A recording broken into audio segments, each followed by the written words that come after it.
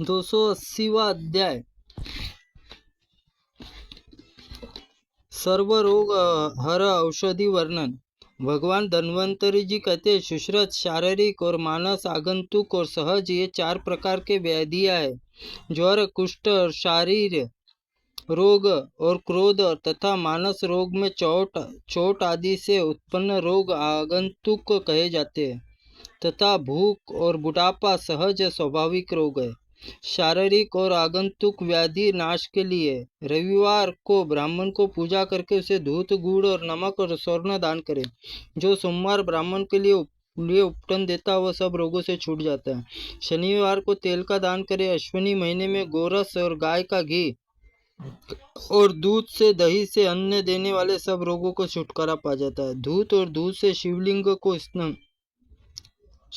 को स्नान कराने वाला मनुष्य रोगहीन हो जाता है। त्रिमधुर, शंकरा, गुड़, मधु और डुबाई हुई दुर्वा गायत्री मंत्र हवन करने से मनुष्य सब रोगों से छूट जाता है।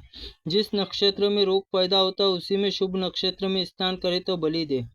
भगवान विष्णु स्त्रोत मानस रोग आदि में हर लेने वाला है। अब वात, पित्त, कफ इन दोषों में रस से युक्त मांस, भेद और अस्थि, मंजा धातुओं का वर्णन सुनो। सुश्रुत खाया हुआ अन्न प्रकाश में 2 भागों में विभक्त हो जाता है। अंश में वह कीट होता है, दूसरे अंश में रस, और कीट भाग में मल है और विष्ठा, मूत्र, स्वदेह रूप परिणित होता है। वही नेत्रमल, नासामल और कर्णमल तथा देहमल कहलाता है। रस अपने समस्त भाग में रुधिर रूप से परिणित होता है। रुधिर मांस, मांस भेद से अस्थि, अस्थि से मंजा, मंजा से शुक्र, शुक्र से राग, रक्त से वर्ण तथा ओजस से उत्पन्न होते। चिकित्सा को चाहिए कि देश काल, पीड़ा, बल और शक्ति, प्रकृति तथा भेजस को बल समझकर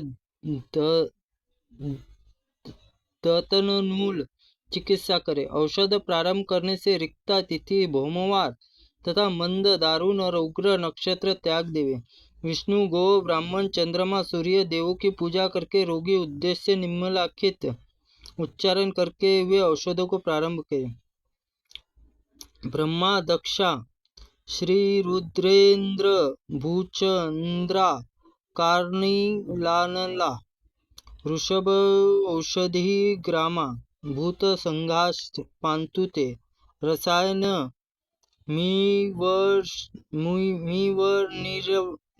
शीर्णा, देवानामृत यथा, सदैव नतमनागाना, भैषज्यमिदमस्तु ते।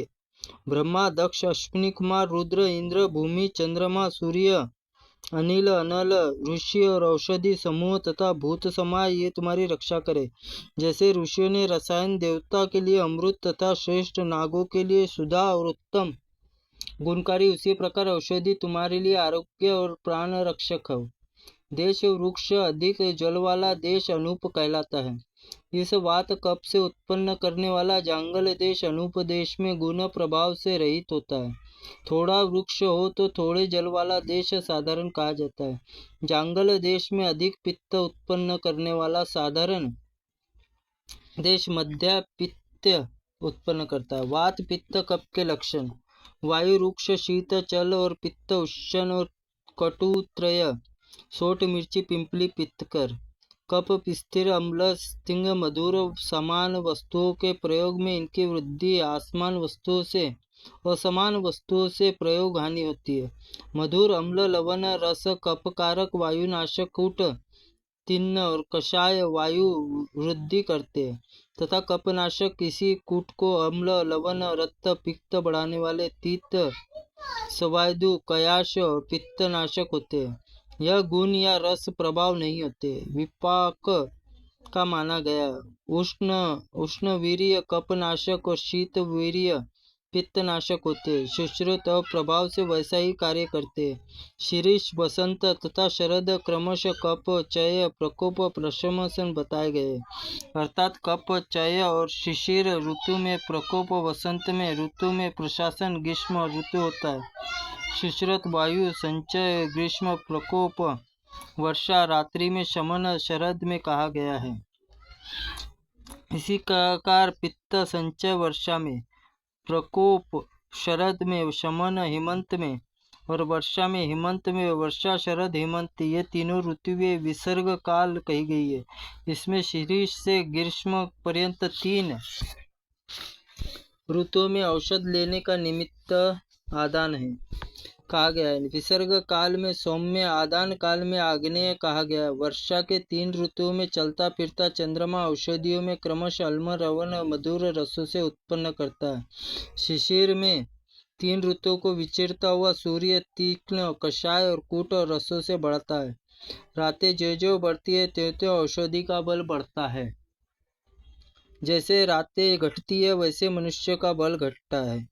रात में, दिन में तथा भोजन के बाद आयु के लिए मध्य मध्य अवसान काल में कफ, पित्त और वायु प्रकुपित होते हैं। प्रकोप आदि काल में इसका संचय होता है तथा प्रकोप के बाद शमन करना कहा गया है। अधिक भोजन या अधिक उपवास करने, मल मूत्र आदि वेगों में रोकने के लिए सभी रोग उत्पन्न होते हैं।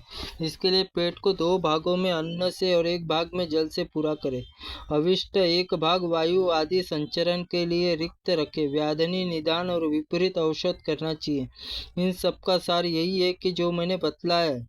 नाभि के ऊपर पित्त का स्थान, नीचे में श्रोणी और गुदा, वात और स्थान कहा गया है। तथापि समस्त शरीर में घूमते हुए उनके वायु विशेष रूप से संपूर्ण शरीर का संचरण करती है। इस विषय में स्पष्ट वर्णन सुश्रुत में इस प्रकार है। दोष स्थानायनंत ऊर्ध्व व्याक्षम तत्र समासेन वात श्रोणी गुद संश्रय ददुपूर्थायो नाभे प्रकाशमय पाक माशय मध्य पित्तस्य आमाशय श्लेम। सुश्रुत सूत्र स्थान और अध्याय सूत्र इसके बाद दोषों में सभी स्थानों में करूँगा। संक्षेप में हृदय रहस्य की वायु स्थान श्रोणी व गुदा, उसके ऊपर नाभि ग्रहणी, नीचे प्रकाश में प्रकाशय आमाशय, मध्य पित्त स्थान, श्लेमा का स्थान आमाशय है। देह मध्य हृदय में मन का स्थान, जो स्वतः भाव से दुर्लभ, थोड़े से बाल वाला, चंचल, अधिक बोलने वाला, विषमानल, जिसके जठराग्नि कभी ठीक प्राचन क्रिया करती है कभी नहीं करती, जो स्वप्नों में आकाश में उड़ने वाले स्वात प्रकृति मनुष्य समय अवस्था पूर्व, जिसके बाल पकने झड़ने, जो क्रोधी पसीना अधिक होता है, जो मीठी वस्तुएं खाना पसंद करता हो, स्वप्नों में अग्नि को देखता हो, पित्त प्रकृति का है।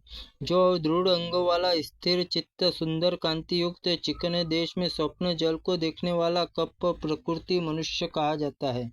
इसी प्रकार तामस, राजस, सात्विक 3 प्रकार के मनुष्य होते हैं। मनुष्य सभी मनुष्य वात, पित्त और कफ वाले। मैथुन से भारी काम में करने वाले रक्तपित्त होता है। कंदन भोजन और शोक और वायु कुपित होता है। द्विजोमत जलन पैदा करने वाले पदार्थों में कूट, तीक्ष, कषाय रस से युक्त पदार्थ सेवन करने से, मार्ग चलने से तथा भय पित्त प्रकृति होने से, अधिक जल पीने वाले से, भारी अन्य भोजन करने वाले, खाकर तुरंत सो जाने वाले से, आलसियों से कफ प्रकृति उत्पन्न वात रोगों से लक्षणों से जानकर उसका शमन करे।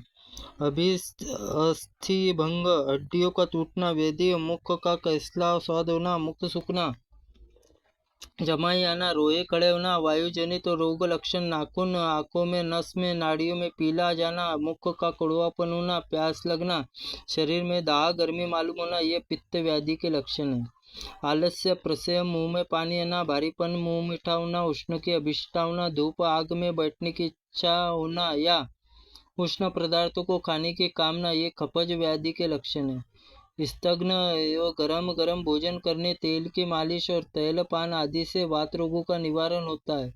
घी, दूध और मिश्री, चंद्रमा की किरण आदि पित्त को दूर करती है। शहद और त्रिफला के साथ तेल लेने से, व्यायाम आदि से कफ शमन होता है। सब रोगों को शांति के लिए भगवान विष्णु का ध्यान और पूजन सर्वोत्तम औषधि है। इस प्रकार आदि महाअग्नि पुराण में सर्व रोग हर औषधि वर्णन नामक 280वां अध्याय पूर्ण हुआ। त्रुटिपूर्ण वाक्य के लिए भगवंत आप हमें क्षमा करें, हम आपसे क्षमा प्रार्थनीय हैं।